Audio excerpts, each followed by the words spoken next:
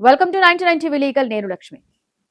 దేశంలో ఇటీవల కాలంలో కొత్తగా పుట్టుకొస్తున్న రాజకీయ పార్టీల గురించి మద్రాస్ హైకోర్టు చేసిన వ్యాఖ్యలు రాజకీయ వర్గాలలో చర్చకు దారితీశాయి.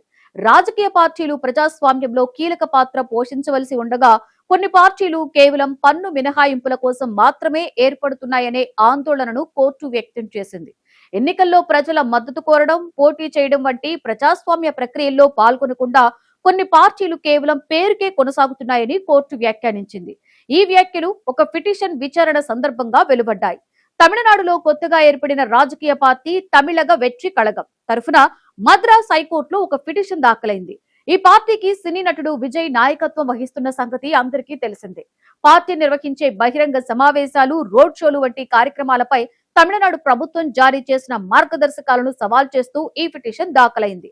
ఈ మార్గదర్శకాల నేపథ్యం కూడా ఒక విషాద సంఘటనతో సంబంధం కలిగి ఉంది. తమిళగ వెట్రి కళగం పార్టీ ప్రచార కార్యక్రమం సందర్భంగా కరూర్ ప్రాంతంలో భారీ ర్యాలీ నిర్వహించబడింది. ఆ కార్యక్రమంలో జన సందోహం ఎక్కువగా ఉండడంతో తొక్కిసలాట జరిగింది. ఆ ఘటనలో 41 మంది ప్రాణాలు కోల్పోయారనే సమాచారం వెలువడింది. ఈ సంఘటన రాష్ట్ర వ్యాప్తంగా పెద్ద చర్చకు కూడా దారితీసింది. ప్రజల భద్రతకు సంబంధించిన ప్రశ్నలు కూడా ఉత్పన్నమయ్యాయి. ఈ నేపథ్యంలో మద్రాస్ హైకోర్టు జోక్యం చేసుకుని రాజకీయ పార్టీలు నిర్వహించే బహిరంగ సభలు, రోడ్ షోలు వంటి కార్యక్రమాలకు సంబంధించి స్పష్టమైన మార్గదర్శకాలను రూపొందించాలని తమిళనాడు ప్రభుత్వాన్ని ఆదేశించింది. కోర్టు ఆదేశాల మేరకు ప్రభుత్వం కొన్ని కొత్త నియమాలను ప్రకటించింది. అందులో ముఖ్యంగా బహిరంగ సమావేశాలు నిర్వహించాలంటే కనీసం 30 రోజుల ముందు అనుమతి కోసం దరఖాస్తు చేయాలనే నిబంధనను ప్రవేశపెట్టింది. అయితే ఈ నిబంధనపై తమిళగ వెట్రి కళగం పార్టీ అభ్యంతరాన్ని వ్యక్తం చేసింది.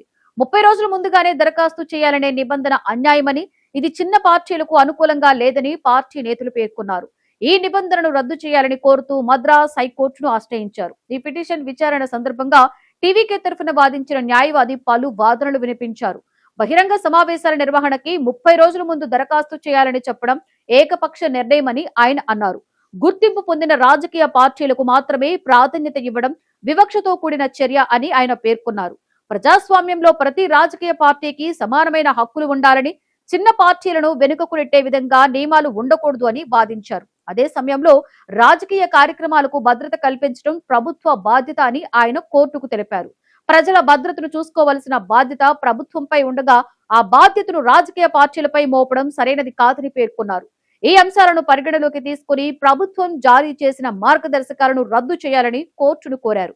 ఈ వాదనలపై స్పందించిన మద్రాస్ హైకోర్టు ధర్మాసనం కీలక వ్యాఖ్యలు చేసింది. ఇటీవల కాలంలో దేశంలో అనేక కొత్త రాజకీయ పార్టీలు పుట్టుకొస్తున్నాయని కోర్టు పేర్కొంది. కొన్ని పార్టీలు కేవలం ఆదాయపు పన్ను మినహాయింపులు పొందేందుకు మాత్రమే నమోదవుతున్నాయని కోర్టు వ్యాఖ్యానించింది. పుట్టగొడుగుల్లా రాజకీయ పార్టీలు పుట్టుకొస్తున్నప్పటికీ ఎన్నికల సమయంలో మాత్రం అవి పోటీ చేయడం లేదని ధర్మాసనం పేర్కొంది. అలాగే సుదీర్ఘ చరిత్ర కలిగిన రాజకీయ పార్టీలకు కొంత ప్రాధాన్యత ఇవ్వడంలో తప్పేముందని కోర్టు ప్రశ్నించింది. ఎన్నో ఎన్నికల్లో పోటీ చేసి ప్రజల నుండి మద్దతు పొందిన పార్టీలకు పరిపాలనా వ్యవస్థలో కొంత ప్రాధాన్యత ఇవ్వడం సహజమేనని ధర్మాసనం అభిప్రాయపడింది.